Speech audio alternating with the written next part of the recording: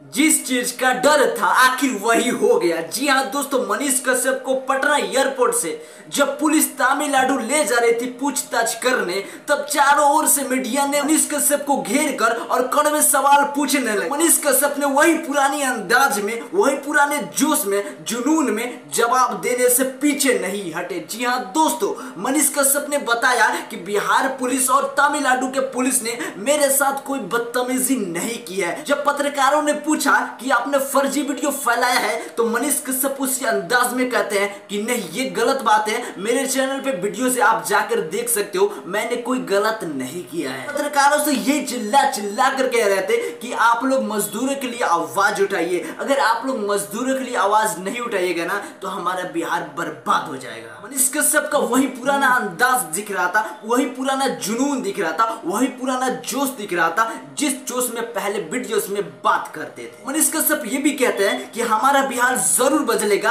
आज बदलेगा नहीं तो कल तो जरूर बदलेगा, लेकिन हमारा बिहार जरूर बदलेगा। दोस्तों, मनीष कश्यप के गिरफ्तार के बाद पहली बार थोड़ा सा 10 सेकेंड 20 सेकेंड या 1 मिनट आप कह सको, थोड़ा सा मनीष कश्यप का झलक दिख पाया इंटरव्यू के माध्यम से। उस इंटरव्यू में उनका पहले वाला जुनून दिख रहा था, पहले वाला हिम्मत दिख रहा था। पटना एयरपोर्ट से तमिलनाडु पुलिस ले गई उन्हें पूछताछ के लिए।